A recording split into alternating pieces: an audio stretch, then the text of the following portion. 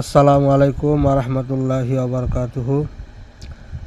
নাহমাদুহু ওয়া নুসাল্লি আলা রাসূলিহিল কারীম। প্রিয় ভাই ও বোনেরা, সবাই কেমন আছেন? ভিডিওটা অবশ্যই শেষ পর্যন্ত দেখবেন, বুঝবেন।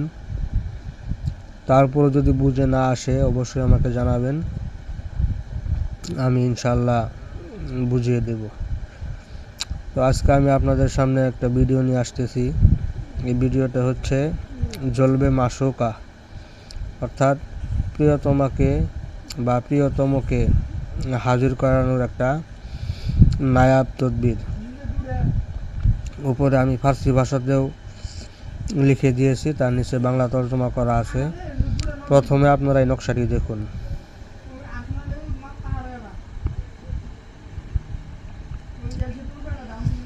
উপরে যেভাবে লেখা আছে হুবহু সেভাবে দেখবেন।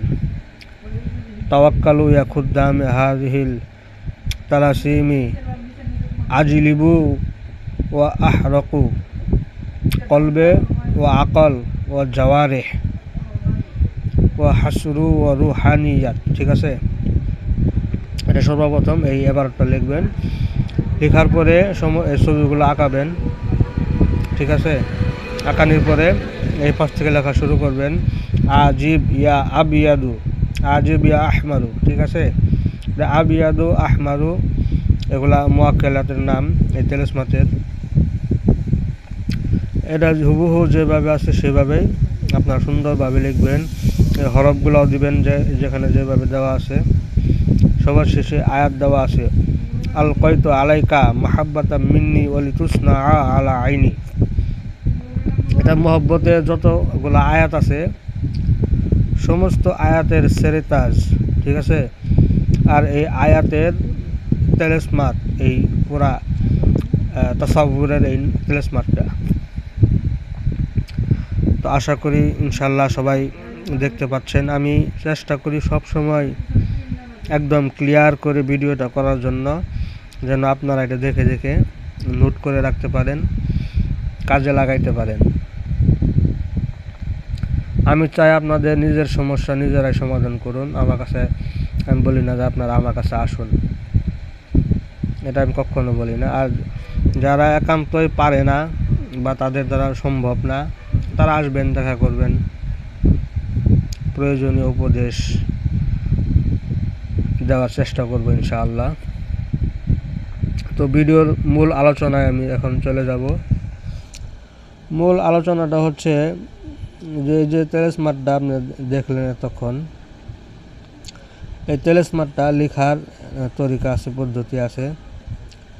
সর্বপ্রথম আপনারা রেজালুল গায়েবের লক্ষ্য রাখবেন, যে রেজালুল গায়েব আজকে চন্দ্রের মাসের আজকে কত তারিখ, এই তারিখ অনুযায়ী সে কোন দিকে তার অবস্থান, তার বিপরীত অবস্থানে অবশ্যই আপনারা বসে কাজ করবেন। সময় করে একদিন রেজালুল গায়েব সম্পর্কে আলোচনা করা হবে ইনশাআল্লাহ আস্তে আস্তে। তো প্রথমত এই কাজটা করতে হবে বুধবার সন্ধ্যা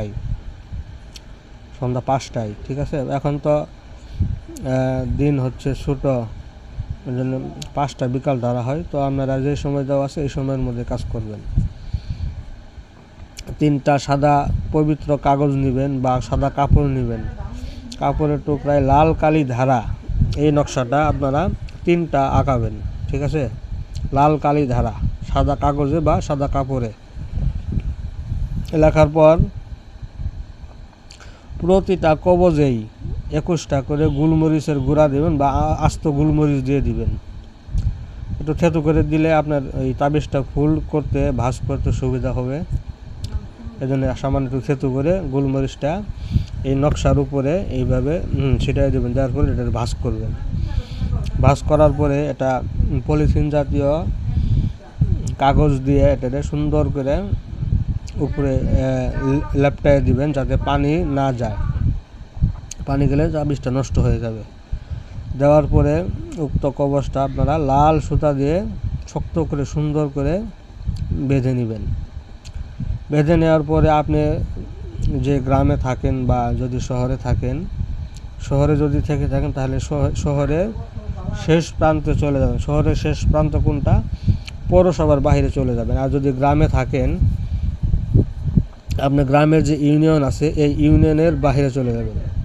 যাওয়ার পরে বাহিরের যে সদর রাস্তা আছে, সদর রাস্তার আশেপাশে যে কোনো একটা উঁচু গাছে 3টা ডালে 3টা তাবিজ সুন্দর করে লটকায়ে এটা বেঁধে দিবেন। আশা করি ইনশাআল্লাহ অল্প দিনের মধ্যেই আপনারা রেজাল্ট বুঝতে পারবেন। আর সবচেয়ে ভালো হয় এই তাবিজটা বেঁধে দেওয়ার পরে দৈনিক 500 বার করে এই যে আয়াতটা আছে, আল কয়তু আলাইকা মাহাব্বাতা মিন্নি ওয়ালি তুসনা আলা আইনি, ঠিক আছে, 500 বার করে পাঠ করে সেরে আপনি প্রিয়তম বা প্রিয়তমার নাম ধরে আল্লাহর কাছে সাহায্য চাইবেন যে আল্লাহ তোমার অমুক বান্দাকে আমার মহব্বতে আমার কাছে হাজির করে দাও, ঠিক আছে। আর সবচেয়ে মূল বিষয় হচ্ছে আপনি যেই কাজই করেন না কেন, মহব্বতের করেন, আদাওয়াতির করেন, বিচ্ছেদ আদাওয়াত কি, তালাকের জন্য কাজ করতে চান, মানুষের অনিষ্টের জন্য কাজ করতে চান, এই কাজ করার জন্য প্রথমে আপনি যে আয়াতই আপনি কাজ করেন সেই আয়াতটা আপনার বেছে নিতে হবে। যেমন এখানে আছে মহব্বতের একটা কাজের জন্য আল কয়তু আলাইকা মাহাব্বাতা মিন্নি ওয়ালি তুসনা আলা আইনি, এই আয়াতের একটা জাকাত আছে, এই আয়াতের জাকাতটা আপনি দিয়ে নিতে হবে, তাহলে অতি শীঘ্রই আপনার কাজ করতে পারবেন। তারপর একটা আয়াত আছে ইউহিব্বুনাহুম কাহুব্বিল্লাহ ওয়াল্লাযীনা আমানু আশাদ্দু হুব্বান লিল্লাহ, এটা সবচাইতে আসাধ্য কঠিন কাজ করে। এই আয়াতের মধ্যে আসাধ্য হুব্বান লিল্লাহ, কঠিন মহব্বতের কথা বলেছে, আসলে এটা কঠিন কাজ করে। তবে এই কাজ করতে হলে এই কাজের রিয়াজত করতে হবে, এই কাজের জাকাত আদায় করতে হবে, তাহলে এটা আগুনের মতো কাজ করবে। আসলে তাবিজ কবর সবই কাজ করে ভাই, কিন্তু আমরা সেটার নিয়ম জানি না, নিয়ম বুঝি না। তাবিজের শখ আছে, তাবিজের চাল আছে, তাবিজের আনসার আছে, আবি খাকি আতসিবাদী, এগুলো বুঝতে হবে। মানুষের আনসার আছে, মানুষের শরীরের মধ্যে 4 প্রকার আনসার বিরাজমান, কে কোন চালের মানুষ, এগুলো আমার বুঝতে হবে। তারপর ওর উপরে সেই অনুপাতে তাবিজ কবর যদি করা হয় তাহলে কাজে আসে। তো অবশ্যই লেগে থাকবেন। আমি আসলে সময় হয় না, সময় করে ইনশাআল্লাহ সব কিছুই শেখাবো, সব কিছুই বলবো। আপনারা আমাকে হেল্প করবেন, আমার পাশে থাকবেন, আমার চ্যানেলটি সাবস্ক্রাইব করে দিবেন, বেশি বেশি লাইক শেয়ার করবেন। হ্যাঁ, যখন দেখবো যে আমার ভিডিওগুলা সবাই দেখে লাইক করে শেয়ার করে, তখন আমার ভালো লাগবে। আর ভালো লাগলেই আমি মন থেকে উজাড় করে আপনাদেরকে আমি দিব এই বিদ্যাগুলা, আপনারা শিখবেন। আমার মধ্যে কোনো কৃপণতা নাই, ইনশাআল্লাহ আমি মন উজাড় করে আপনাদের পাশে থাকবো। এবং তেলেসমাত, তাবিজাত, আমলিয়াত, রুহানিয়াত, তন্ত্র মন্ত্র যন্ত্র, ঠিক আছে, উলুক তন্ত্রের কিছু বিদ্যা আছে, এগুলা দিলে তো মানুষ পাগল হয়ে যাবে, আরও দেন, আস্তে আস্তে সব দেবো ইনশাআল্লাহ। উলুক তন্ত্রের বিদ্যাগুলাও দেখাবো ইনশাআল্লাহ। লজ্জাতুনের কিছু কাজ আছে, এগুলো দেখাবো।